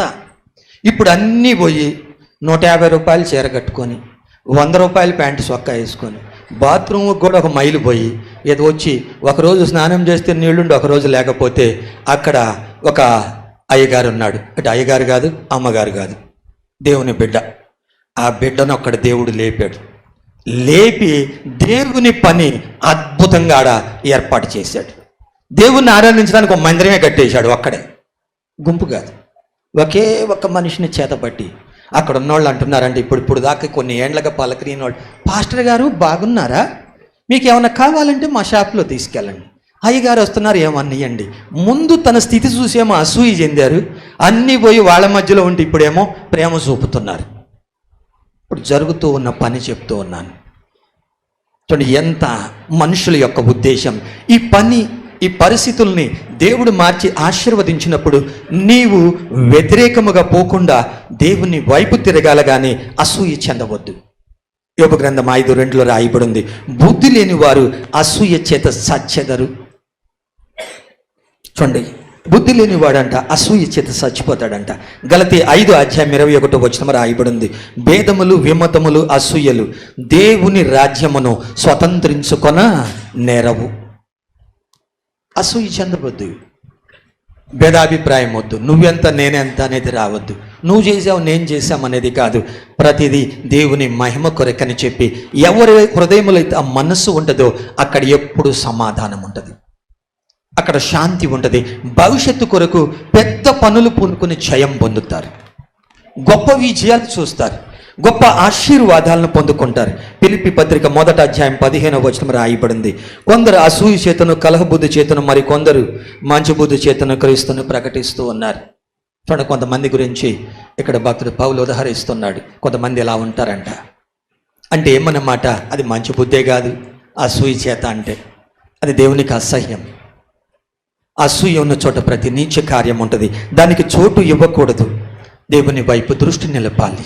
చూడండి, దేవుని యొక్క కార్యములు ఆదికాండం 37:11 చూస్తాం. యేసోపును బట్టి అతని సహోదరులు అతని యందు అసూయపడిరి. యేసోపును బట్టి అంట, చూడండి, అతని సహోదరులందరూ అతని యందు అసూయపడినారంట. దేవుడు హెచ్చించినప్పుడు సైతాను ఈ పనులు చేసే ప్రయత్నం చేస్తూ ఉంటాడు. భేదాభిప్రాయాలు తేటానికి, చెడగొట్టడానికి, కలతలు తీసుకురావటానికి, అనేకం ఓరవలేక. గుర్తుపట్టాలి ఎవరి నుంచో ఇది. అలా కాకుండా ప్రభు వైపు చూడాలి. ఈ బుద్ధిని మనము పరిశుద్ధ గ్రంథములో 2 దైవజనుల జీవితంలో చూడొచ్చు. 2 రాజులు కూడా, 2 ప్రవక్తలు కూడా ప్రవచించిన వారు. 2కి దేవుడు సమాన అవకాశం ఇచ్చాడు. 2 కూడా మామాల్లుళ్ళే, సౌలు దావీదు. 1 సమూయేలు గ్రంథం 15 నుండి చూస్తాం, 10 నుండి 22 వరకు. సమూయేలు ప్రవక్త అంటున్నాడు, ఏంటిది సౌలు అని. ఏముంది ప్రభువా, ఆ రాజ్యంలో అమాలేకుల్ని హతం చేసినాం, చాలా మంచి వాటిని ప్రజలు తెచ్చుకున్నారు. ఎందుకొరకంట, బలులర్పిస్తారంట యెహోవాకి. ఏం చేశాడు సౌలు, సొంత ఘనతను వెతికాడు. బుద్ధి అసూయ బుద్ధి, ఓరవలేనితనం. చూడండి, ఈ మనిషి జీవితంలో ఇందుకొరకు ప్రవక్త ద్వారా దేవుడు అంటున్నాడు 22 బలులు అర్పించుట కంటే ఆజ్ఞ గైకొనుటయు కోవిన పదార్థములు అర్పించుట కంటే మాట వినుట శ్రేష్టం. చూడండి, సమాన అవకాశం. దావీదుకు కూడా ఇటు అవకాశమే ఇవ్వబడింది. 1 దినవృత్తాంతం 29 మనం 10వ నుండి చూసినట్లయితే ఈయన జీవితంలో దేవుని ఉన్నత మహిమను వెతికాడు. తను తన సమాజం. నిన్న ఈరోజు మనం చూసాం, ఇక్కడున్న ప్రజలే సాక్ష్యం ఇస్తున్నారు, వారితో పాటు కలిసి దైవజనుడు సాక్ష్యం ఇస్తున్నాడు. దావీదు కూడా ఇదే చేస్తున్నాడు. ఏమంటున్నాడు, ఈ సమాజము మేము ఏ పాటి వారము ప్రభువా, నీ కొరకు మందిరము కట్టడానికి మేము ఏ పాటి వారము, నీడ వంటి వారము. ఇంకేంటి, ఈ పనుల కొరకు మాకు ఇచ్చినది ఏదైనా ఉండదే, నీ స్వసంపాద్యమే, నీవిచ్చిన దాంట్లో నుంచి మేమును ఈ జనులము మీకు ఇస్తున్నాము. మేము ఎట్టి మనసుతో ఇస్తున్నామో నీకు తెలుసు. చూడండి, ఇక్కడ ఉన్న చక్కని మాట, ఎట్టి మనసు అంటే యథార్థ హృదయము కలిగి మేము చేస్తున్నాం, ఏ లాభాపేక్ష లేదు. మేము ఆయనను నీడ వంటి వారం. ప్రజలందరూ ఏకీభవించారు, సమాజం అందరూ ఎదుటి చెప్తున్నాడు. నిన్న ఈరోజు కూడా మనము వారు చేసినవన్నీ మనం విన్నాం. ఎవరి దగ్గరికి పోలేదు, ఏ ఎంపీ దగ్గరికో పోలేదు, సీఎం దగ్గరికో పోలేదు, ఎవరినో అడగలేదు. సంఘముగా వారు కలిసి ప్రార్థించారు. సరే, వారు చేయొద్దంటారా, చేయొచ్చు, ఎవరైనా సహాయం చేయొచ్చు, తప్పులేదు. కానీ దేవుని ఉన్నత మహిమ కొరకు ఏ మనుషుని ఆశ్రయించలేదు. దావీదు భక్తుడు కూడా ఇదే అంటున్నాడు. అంతేకాదు, ఆ అవకాశం తనకు లేదు. తన కుమారుడైన సొలొమోను కొరకు 19వ అంటాడు, అట్టి మనస్సు సొలొమోను రాజుకు కూడా దయచేయమని ప్రార్థిస్తున్నాడు. యథార్థ హృదయముతో నీ పని పూనుకొని జయం పొందాలి, దానిని సంపూర్తి చేయాలి. అట్టి మనసు అంటే ఏమన్నమాట? తను తన ప్రజలు రాజులను అతిశయించలేదు, సొంత ఘనత వెతకలేదు, ప్రభు యొక్క ఉన్నత మహిమను వెతికినాడు. ఎంత గొప్ప ఆశీర్వాదం వీరిద్దరి జీవితంలో. ఇక్కడ మామాళ్ళు ఇద్దరు సహోదరులు ఉన్నారు, మోషే, ఇంకొక ఆయన ఎవరు? అహరోన్. ఇద్దరికి కూడా సమాన అవకాశం ఉంది. సంఖ్యాకాండం 12 అధ్యాయంలో వారి గురించి చూస్తాం.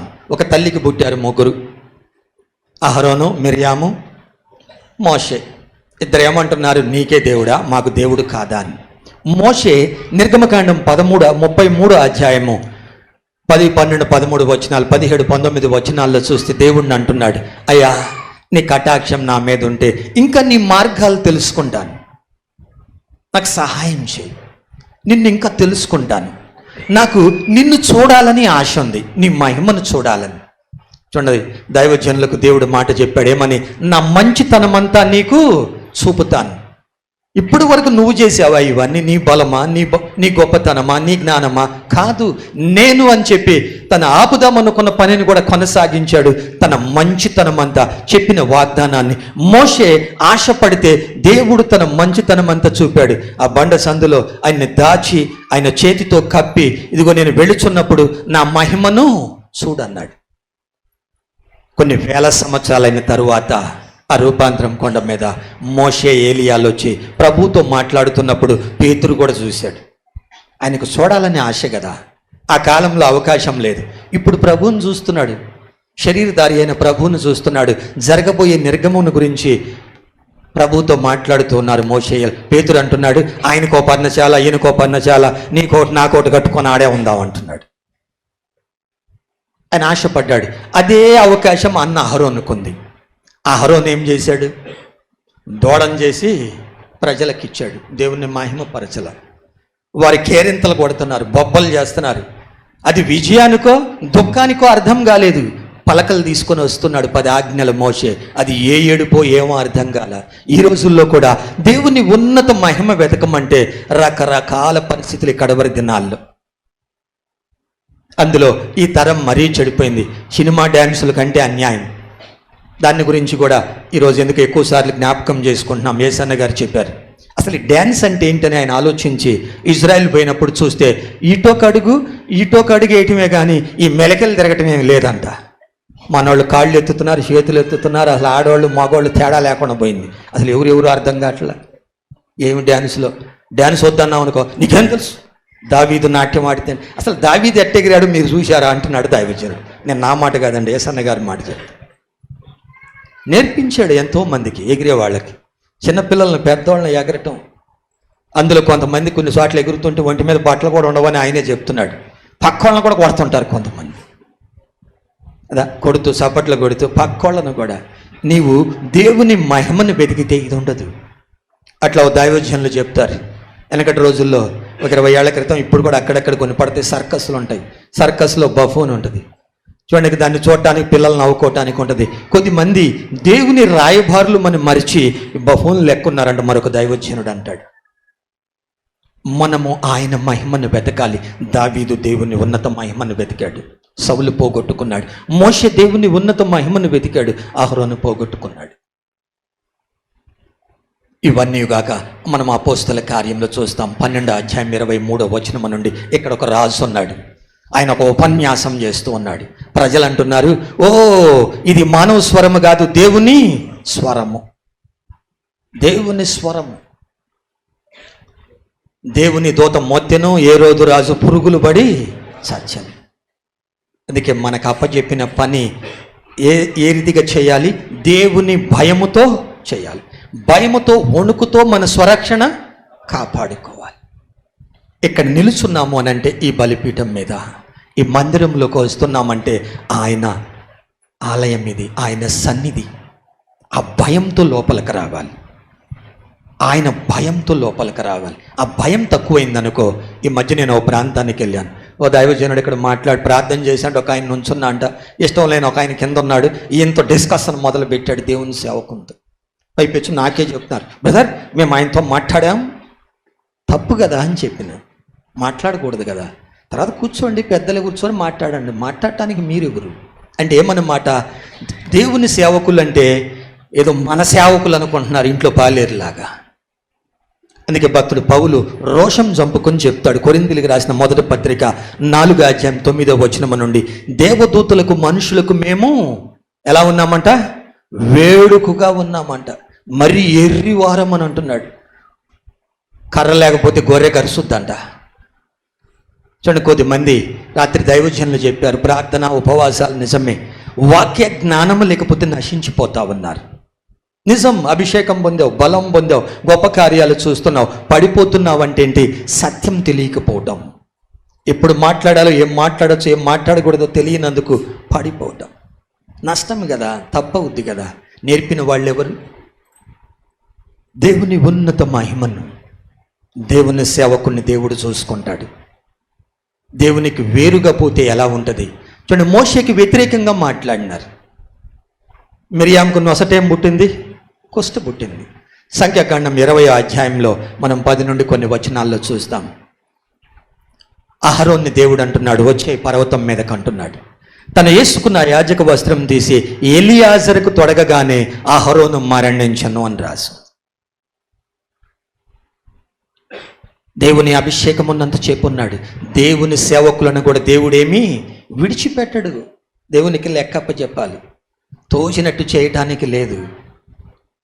వారికి ఉన్న దర్శన ప్రకారము, వాగ్దాన ప్రకారం అడుగులు వేయాలి. దేవుని చిత్తము జరిగించాలి. ఆయన ఉన్నత మహిమను వెతకాలి.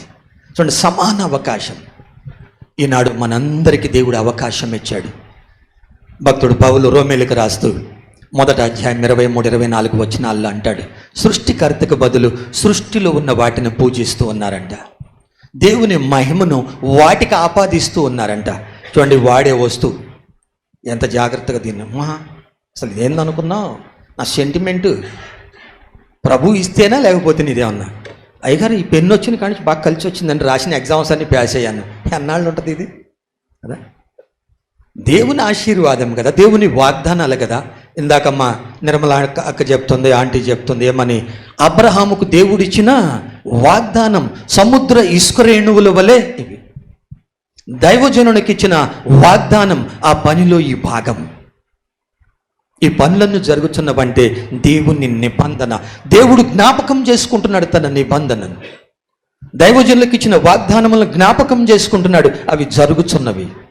ఇందులో పనివారముగా ఆ భాగ్యం మనకి ఇచ్చాడు, అది మన భాగ్యం. అంతేగాని మనము ఏ శరీరి అతిశయించటానికి లేదు. నీవు ఆ విలువలు తెలుసుకున్నావు అనుకో, బహుగా వర్ధిల్లుతావు. ఆ ప్రవాహంలో నువ్వు కొట్టుకొని పోతావు. మేము ఒకసారి రామంతపూర్ చర్చికి వెళ్ళినప్పుడు అక్కడ ఒక దైవజనులు ఉన్నారు, జానయ్య గారని. తను చెప్తున్నాడు, ఆ ప్రవాహంలో నిలుస్తున్నావు అనుకో, ఆ కృపా ప్రవాహంలో అది నేను తీసుకెళ్ళిపోద్దంట. ఈ కడవరి దినాల్లో ఉన్నాం కాబట్టి మనం నిలుచుంటే ఆ ప్రవాహంలో, ఆ భక్తుల యొక్క ప్రార్థనా ప్రవాహంలో మనల్ని దేవుడు బహుబలంగా వాడేసుకుంటున్నాడు ఆయన పని కొరకు. ఆయన రాజ్య వ్యాప్తి నిమిత్తము సంఘములు కట్టబడుతున్నాయి, లక్షల కొలది ఆత్మలు రక్షింపబడుతున్నాయి, అద్భుతాలు మహత్కార్యాలు సూచక్రియలు జరుగుతున్నవి. ఇది యొక్క కడవరి కాలం కాబట్టి ఈ అభిషేకము నిలిచి గొప్ప కార్యాలు జరిగిస్తుంది. మనం అతిశయించటానికి ఏమీ లేదు. ఆయనకు మహిమార్థంగా ఉన్నామా లేదా, మనము ఆయన మహిమనేమన్నా దొంగిలిస్తున్నామా, అది జ్ఞాపకం చేసుకోవాలి. ఇందులో అతిశయించటానికి లేదు, మహిమ ఆయనకే. ఇవన్నీ ఎప్పుడైతే నువ్వు ఎరుగుతావో బహుగా వర్ధిల్లుతావు. ఆ సత్యం నిన్ను స్వతంత్రుని చేస్తుంది. అందుకే నేను ఎప్పుడూ చెప్తాను, నాకు ఊరిక దొరికిన ఆశీర్వాదాలను ఈరోజు కూడా గుర్తు చేసుకున్నాం. పాస్టర్ గారు అనేవాడు, ఏంటయ్యా అని. అవునన్నా, నాకు ఊరిక దొరికినాయి, నేను కష్టపడే అవసరం లేదు. ఈరోజు మధ్యాహ్నం కూడా గుర్తు చేసుకున్నాం. నాతో పాటు ఉన్న దైవజనులు అంటూ ఉన్నారు, ఏమని, నిజం, మనం పడ్డ కష్టం మన నెక్స్ట్ తరానికి కూడా లేదంటున్నారు. ఈరోజు మధ్యలో ఉన్న దైవజనులు ఏమంటున్నారు, మన తదుపరి వచ్చే తరానికి కష్టం లేదు, ఫ్రీ. మేము పడ్డ కష్టాలు వాళ్ళకి లేవు. విలియం కేరీ గారు 7 ఏళ్ళు సేవ చేస్తే ఒకడు రక్షింపబడ్డాడంట. మరి ఈ దినాల్లో మరి బైబిల్ పట్టుకొని సేవకులు మన అడుగులు పెడుతూ ఉంటేనే సంవత్సరం తిరిగి వచ్చరికి మందిరాలు కడుతూ ఉన్నారు. 100 కొలది ప్రజలు ఆ సంఘం నింపబడతా ఉంది, సరిహద్దులు విశాలపరచబడతా ఉన్నాయి. ఈరోజు మనకు దైవజనులు చెప్పారు, ఏనుగ మీద దోమ ఎలిక పోయినట్టు నేను పోతంటే ఉయ్యే కొండలన్నీ ఊగుతున్నాయి అని అంటే ఏమన్నా అతిశయించేది ఉందా? దేవుడిచ్చిన భాగ్యం, వారు పడిన ప్రయాసం మనకు లేదు. దైవజనులు అబ్రహాం గారు పడిన ప్రయాస మాకు లేదు. ఆ విలువ తెలుసుకున్నాం కాబట్టి ఇంత బహుగా విస్తరించబడ్డాం. దేవుడు వాడుకుంటూ ఉన్నాడు అని చెప్పి ఏది అతిశయించలేదు, ఏమీ దాచుకుంది లేదు. చెప్పినా కదా, ఏం దాచుకుంది లేదు. ఈరోజు కూడా ఒక అన్న చెప్తా ఉన్నాడు, బ్రదర్ దేవుని కొరకు గిఫ్ట్లు చాలా చాక్లెట్లు ఇచ్చినట్టు ఇస్తున్నామంటే అన్న రిటర్న్ గిఫ్ట్ అని చెప్పిన. తెలుగు రాష్ట్రాల గిఫ్ట్లు కాదండి, ఎలక్షన్ గిఫ్ట్లు కాదు ఇవి. ఆ దినాల్లో విజయన్ బ్రదర్, ఆ తదుపరి అమీరావు బ్రదర్, మన మధ్యలో ఈరోజు ఉన్న ఆనంద్ బ్రదర్, వీళ్ళకి తెలుసు నా స్థితి ఏంటో. మరొక ఉన్నతమైన స్థితిలో ఉన్నారు, నన్ను ఈ రోజుకి అలాగే ప్రేమిస్తారు. ఎక్కడ సంబంధమే లేదు కదా. ఆ దినాల్లో నా కొరకు ఓ మంచి వాహనాన్ని కొనుక్కొచ్చి ఇచ్చారు. చూడండి, ఎట్టి మనసు వారిది. ఇజన్ బ్రదర్ని ఈ మధ్య బెంజమిన్ కూడా గుర్తు చేశాను, ఇది ఆశీర్వాదం అని. రోమా 15:2 చక్కని మాట రాయబడి ఉంది. చూడండి, ఒకసారి చదువుకుందాం, గట్టిగా చదివే వాళ్ళు చదవండి. రోమా 15:2. తన పొరుగు వానికి క్షేమాభివృద్ధి కలుగునట్లు మనలో ప్రతి వాడును మేలైన దానియందు అతనిని సంతోషపరచవలెను. చూడండి, ఇక్కడ రాయబడిన మాట, పొరుగు వాని యందు. చూడండి, మేలైనది చేసి వాడిని సంతోష పెట్టాలండి. నేను ప్రార్థన చేసుకుంటున్న ఒక చిన్న వాహనం అయితే ఆ ప్రాంతాలు తిరగొచ్చు కదా. నడిచి తిరిగాం, సైకిల్ మీద తిరిగాం, ఒక వాహనం అని. ముగ్గురు కలిసి తీసుకొచ్చి నాకు వాహనం ఇచ్చారు. వాహనం మీద దాదాపు 70-80 వేల కిలోమీటర్లు తిరిగాం. అబ్బో, ఇది కూడా తిరగలేము అనుకుంటున్న దినాల్లో మన ప్రగతి నగర్లో ఉన్న చంద్రశేఖర్ బ్రదరు ఆ అక్క ఇంటికి పిలిచి నాకు ఒక మారుతి వ్యాన్ ఇచ్చింది. అక్క నువ్వు కాదు, అన్న కావాలన్న. సరే, అన్న సాయంత్రం వస్తాడు, అప్పుడు దాకుండు. ఈలోపు మళ్ళీ బిర్యానీ వండి పెట్టింది. అక్క నువ్వు తింటావా అంటే, ఇప్పటికి నేను తినంత తమ్ముడు అంటాను. వండి పెట్టం కదా. అన్న వచ్చి, ఏంటి బ్రదర్, ప్రభువులు ఆడ మగ, గ్రీసు దేశస్తుడు యూదుడు, ప్రభువులు అందరం సమానమే, తీసుకొని పో అని మళ్ళీ ఇంకొక 500 జేబులో పెట్టాడు. అవి పెట్రోల్కి ఆ రోజుల్లో సత్తెనపల్లి పోయిందా సరిపోయింది. కొనుకలేదు, దీని వెనక ప్రయాస ఉన్నది, వారి యొక్క ప్రేమ త్యాగం. ఈరోజు ఆడ పరిచర్య ఉందంటే దీని వెనక ఉన్నారు. హైదరాబాద్ వాళ్ళని ఎందుకు పిలుస్తున్నావంటే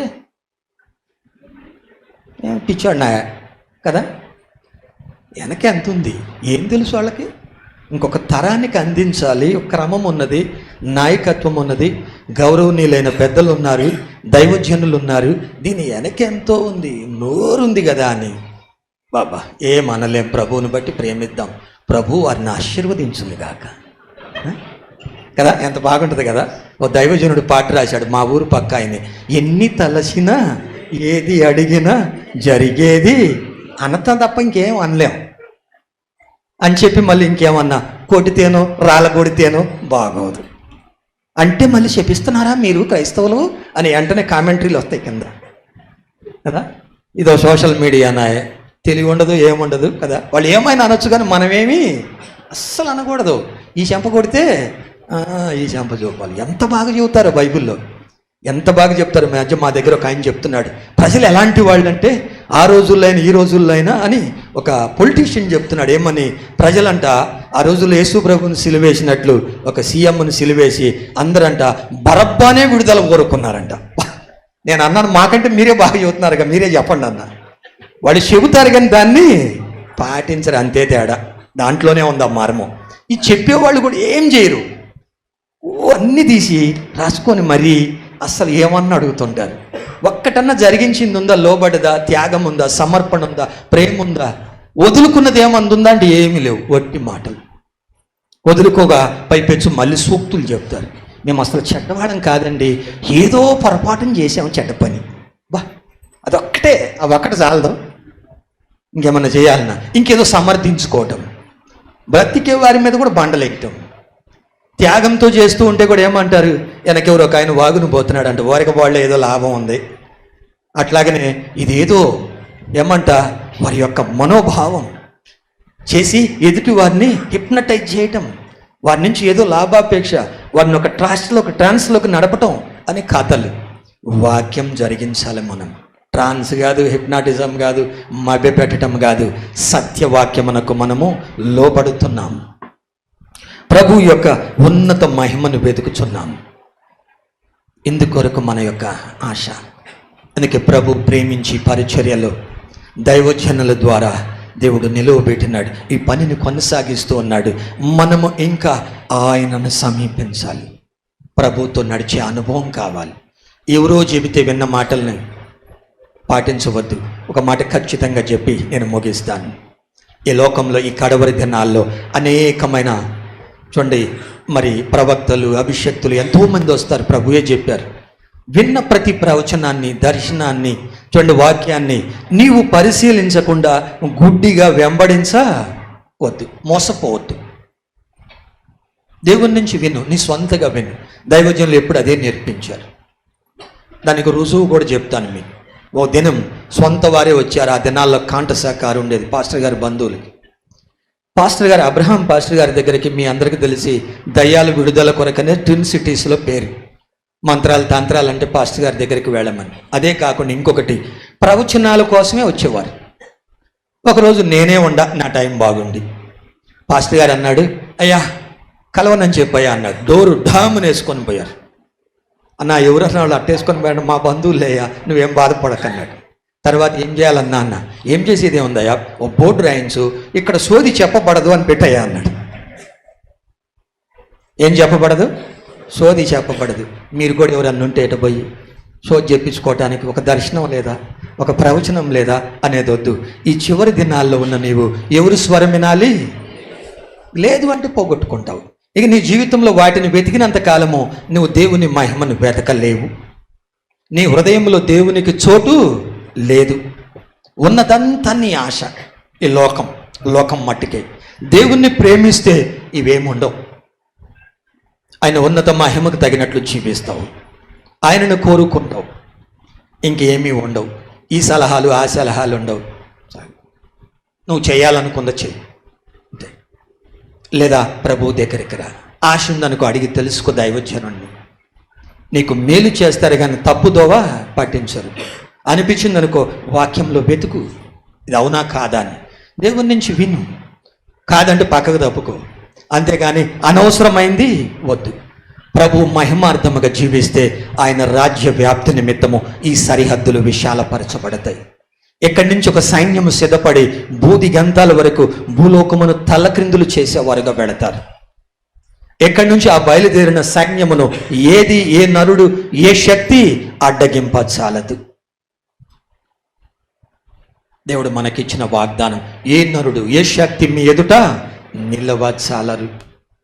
గెలువు, విజయం దేవుడు నీకు ఇచ్చాడు. విజయోత్సవంతో ముందుకు వెళ్ళటమే, ఓటమనేది లేదు. ప్రభు నామమును బట్టి అత్యున్నతమైన విజయాన్ని మనం పొందుకోవాలి. అత్యున్నతమైన ఆయన మహిమకు తగినట్లు మహిమ నుండి అధిక మహిమలకు రావాలి. ఆయన మహిమ కొరకు మనలను సృజించుకున్నాడు.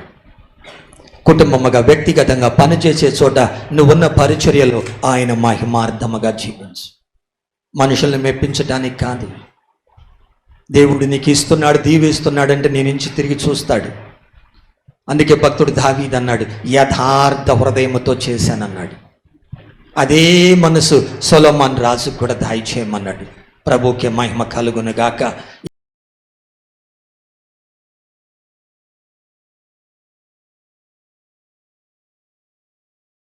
వెనకాల మరి ఎంతోమంది త్యాగము, ఎంతోమంది ప్రయాసం ఉన్నది. బిల్లీ గ్రామ్ గారు అందరూ తెలుసు, ప్రపంచం అంతా దేవుని కొరకు చాలా బలంగా వాడబడ్డ గొప్ప దైవజనుడు. మరి ఒకేసారి ప్రపంచానికి శాటిలైట్ ద్వారా సువార్త అందించాలని చెప్పి ఎన్నో ఏండ్లుగా ప్రార్థించి ఎంతో ఖర్చు పెట్టి ఆ యొక్క పని ఆరంభించాడు. ఆ పని కొరకు కొంతమందిని ప్రత్యేకించుకున్నాడు. మరి కొన్ని నిమిషాల్లో, ఒక 10 లేదా 15 నిమిషాల్లో శాటిలైట్ ద్వారా ప్రపంచం అంతా ఒకేసారి సువార్త అందించాలనేది తన యొక్క గురై ఉంటుంది. మరి కొద్ది మందిని ప్రత్యేకించుకొని ఒక్కొక్కరిని ఒక్కొక్క పని మీద, ఒక్కొక్క పని కొరకు తను నియమించాడు. అద్భుతంగా తను అనుకున్నట్లుగానే మరి లోకమంతా ఒక్కసారి దేవుని యొక్క సువార్త అందింది. కొన్ని కోట్ల ప్రజలు ఆ యొక్క వాక్యం మారుమనసు పొందారు. అద్భుతము, ప్రపంచం ఉలిక్కిపడింది ఆ యొక్క సందేశాన్ని బట్టి. మరి ఎవరెవరినైతే పెద్దలుగా ఆ పనుల మీద నియమించాడో వాళ్ళందరినీ పిలిచాడు. కలిసి దేవునికి వందనాలు చెల్లిద్దాం, అందరు రండి అని పిలిచినప్పుడు వారిలో ఒక వ్యక్తి లేడు, ఒక వ్యక్తి కనిపించట్లేదు. ఏంటి ఆ వ్యక్తి కనిపించట్లేదు, ఎక్కడున్నాడు పిలవండి అని చెప్పి తను వెతుకుతూ ఉంటే మరి తను బూడిదైపోయి ఉన్నాడు. పరిస్థితి ఏంది, కరెంట్ డిపార్ట్మెంట్ మీద తన్ని అధికారిగా నియమించారంట. మరి తను వాక్యం చెప్తున్న ఆ సమయంలో చాలా హెవీ కేబుల్, అంటే ఆ యొక్క పవర్ సప్లై, ఆ కేబుల్ తెగిపోయింది. వాక్యం ఆరంభమైంది. వాక్యం చెప్తున్న ఆ సమయాన మరి ఆ సప్లై అవుతున్న ఆ యొక్క పవర్ వెళ్తున్న ఆ యొక్క వైరు తెగిపోయింది. ఆ సమయంలో ఆపితే అన్నేళ్ళ ప్రయాసం వృధా అయిపోతుంది. మరి దాని మీద అధికారిగా నియమించిన ఆ యొక్క వ్యక్తి ఏం చేశాడంటే 2 చేతులతోటి ఆ 2 వైర్లు పట్టుకొని బూడిదైపోయాడు. మరి ప్రపంచానికి బిల్లీ గ్రాహం గారు ఒక్కరికి తెలుసు, కానీ దాని వెనకాల మరి ఆ వ్యక్తి మరణం చాలామందికి తెలియదు. ఈ చోట ఇంత అద్భుతమైన మరి పని జరిగింది అంటే దీని వెనకాల ఎంతోమంది త్యాగం. మరి పెయింట్ పని చేసే వాళ్ళే కావచ్చు, మేస్త్రి పని చేసిన వాళ్ళే కావచ్చు, చివరికి ముగింపుకి ఈ యొక్క నిన్నటి వరకు కూడా, నిన్న సాయంత్రం వరకు కూడా మరి ఎంత అంటే దాసు బ్రదర్ అని ఒక అతను ఉన్నాడు, చాలా హెవీ ఉంటాడు. తనకి ఈ యొక్క పెయింట్ అంతా తనతో పాటు కొంతమంది ఆ యొక్క దాసు బ్రదర్ ఇంకా పాండు బ్రదర్ ఇది వుడ్డులా కనబడాలని చెప్పి పైకి ఎక్కుతున్నాడు, ఆ యొక్క పెయింట్ వేస్తున్నాడు, కింద దిగుతున్నాడు, సరిగలేదని చెప్పి మళ్ళీ తుడుస్తూ ఉన్నాడు, ఎక్కుతూ ఉన్నాడు, దిగుతున్నాడు. అలసటికి జ్వరం వచ్చేసింది, శరీరం సహకరించట్లేదు, సూది లేపించుకుంటూ ఉన్నాడు, వచ్చి పెయింట్ పని చేస్తూ ఉన్నాడు. పాండు బెదరు కూడా మరి వచ్చేసాడు. చిన్న బాబు ఇల్లు వదిలిపెట్టి పని అయిపోయేంత వరకు అంకితం అయిపోయాడు. ఇక్కడ ఒక్కొక్కరు వారి శక్తి కొలది కాదు, ఎంతంటే ఒక మిషన్ లాగా 24 గంటలు మరి వారాల్లో జరగవలసిన పని గంటల్లో పూర్తి చేశారు. మరి వారందరి కొరకు ఒక్కసారి సంఘముగా కూడి ప్రార్థించేద్దాం. అంతేకాదు ఈ యొక్క గడిచిన 2 దినములు మనందరికీ చక్కటి భోజనాలు ఏర్పాటు చేశారు పనిదం సంఘస్థులు. మరి దాదాపు ఒక 50 మంది వాళ్ళందరూ ఈరోజు ఉపవాసం ఉన్నారంట. ప్రతి శుక్రవారము వాళ్ళంతా ఉపవాసం ఉండి మరి దేశం కొరకు, లోకం కొరకు ప్రార్థిస్తూ ఉంటారంట. కాబట్టి మరి ఒకవేళ వాళ్ళందరూ ఈ పనుల్లో తోడ్పడ్డవారు, ఈ పనుల్లో సహాయం చేసిన వాళ్ళు ఇక్కడ ఉన్నట్లయితే వాళ్ళందరూ ఒక్కసారి ముందుకు వచ్చినట్లయితే సంఘమంతా వాళ్ళ కొరకు ప్రార్థించేద్దాం. మరి ఆ యొక్క ఏమిచ్చి కూడా వాళ్ళ యొక్క రుణము మనము తీర్చుకోలేము, కానీ మనం ఏమిచ్చినా ఆ ప్రేమకి, ఆ ప్రయాసకి తక్కువే. హైదరాబాద్ నుంచి మరి మన పిల్లలు, యూత్ వాళ్ళ పనులు అన్నీ వదులుకొని మరి దేవుని సేవకులకి కావచ్చు, ఎవరు పనులు వాళ్ళు బిజీగా ఉన్నారు, కానీ ఈ సంఘాన్ని ప్రేమించి, ఈ ముఖ్యంగా నన్ను గౌరవించి, ఎన్ని పనులున్నా, ఎంత బిజీగా ఉన్నా, వాళ్ళకి ఎంత అలసట్టున్నా, వాళ్ళ ఆరోగ్యాలు సహకరించకపోయినా ఒక సహోదరుని చెయ్యిరిగితే ఆ నిప్పితోనే వచ్చాడు. ఇంకొక వ్యక్తి అసలు ఇంట్లోంచి బయటికి వెళ్ళాడు, కదలనికి వీలు కాని పరిస్థితి, మందిరం ఓపెనింగ్ ఉందని చెప్పి ఎంతో ప్రయాసతో ఈ చోటకు వచ్చారు. కాబట్టి ఈ రీతి చెప్పుకుంటూ పోతే వారికి మనం ఏమిచ్చినా ఏం చేసినా తక్కువే. కాకపోతే మనం లేకపోయినా మనం చేసే ప్రార్థన ఎప్పటికీ ఉండి వారిని దీవిస్తూ ఉంటాయి. కాబట్టి వాళ్ళు ఉన్నట్లయితే ముందుకు రండి.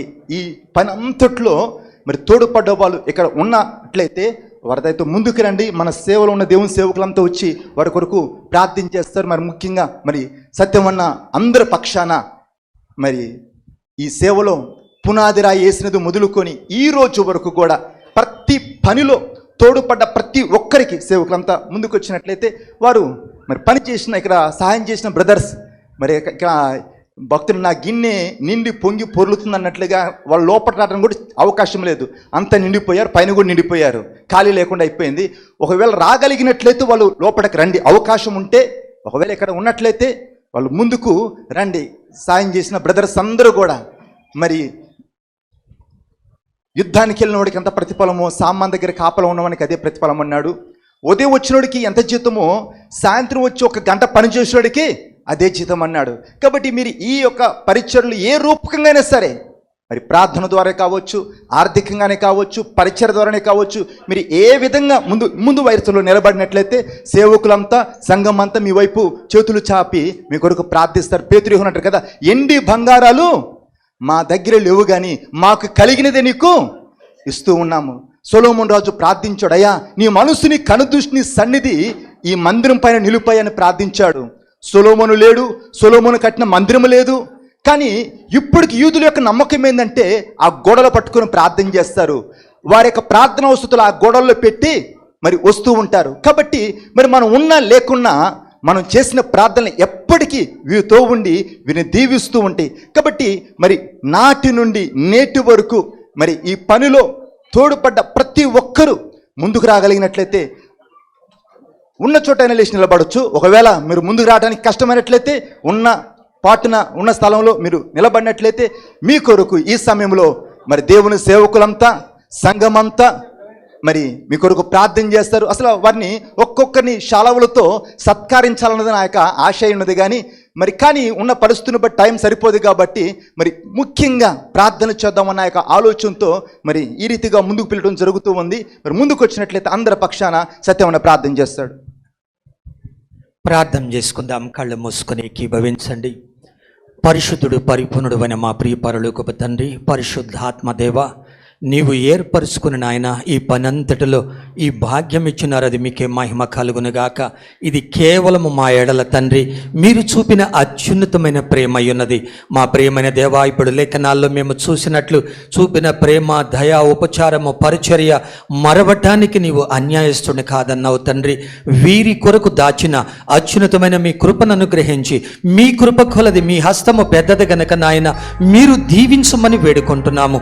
భక్తులు కోరిన రీతిగా తండ్రి, నీ ప్రియదాసుడు కోరిన రీతిగా నీ పక్షంగా నిలవబడిన ఈ బిడ్డలందరికీ యేసు క్రీస్తు నామములో ఇప్పుడే సంపూర్ణమైన దీవెనలు అనుగ్రహించబడునుగాక.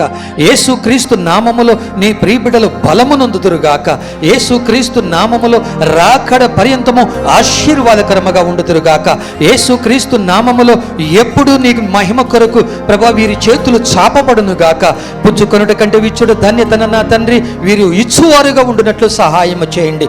ముందు తరాలకు మంచి మాదిరిగా ఉంటున్నట్లు మీరు ఇచ్చిన కృప కొరకై స్తోత్రం. ఈ రీతిగా తరం వెంబడి తమ్ముడకు సాక్షార్థముగా నిలిపినందుకు మీకే మహిమ చెల్లిస్తూ ఉన్నాను. మీ కృప కొలది ఆశీర్వదించండి. ప్రార్థిస్తున్న సంఘమంతటిని కూడా ప్రభు రెట్టింపు దీవెనలతో నింపమని వేడుకుంటూ ఉన్నాను తండ్రి. ఇక్కడ నిలువబడిన దైవజనులను ప్రభు ఇదిగో మీరు ఆశీర్వదించమని వేడుకుంటూ ఉన్నాను. ప్రభు బిడ్డలను దీవిస్తూ ఉండగా వారి యొక్క హృదయ వాంఛలు తీర్చండి. నా గిన్నె నిండి పొర్లుచున్నట్టుగా ప్రభు మీ అభిషేకము, వారిపై ఉన్న అభిషేకము ఈ బిడ్డలపై నిలుచునుగాక. మీ కృప కొలది ఆశీర్వదింపబడుదురుగాక. మీ వాగ్దానములన్నీ అవునట్లుగా నెరవేర్చి మీరే మహిమయు ఘనతయు ప్రభావములు పొందమని యేసు క్రీస్తు నామమున ప్రార్థించి వేడుకుంటున్నాను తండ్రి. ఆమేన్. దేవుని ఆశీర్వాదం తీసుకుందాం. మన తండ్రి అయిన దేవుని ప్రేమ, మన ప్రభు అయిన యేసు క్రీస్తు వారి కృప, పరిశుద్ధాత్మ యొక్క అనోన్య సావాసం మనకు సకల పరిశుద్ధులకు సదాకాలము తోడయుండి నడిపించునుగాక. ఆమేన్, ఆమేన్, ఆమేన్.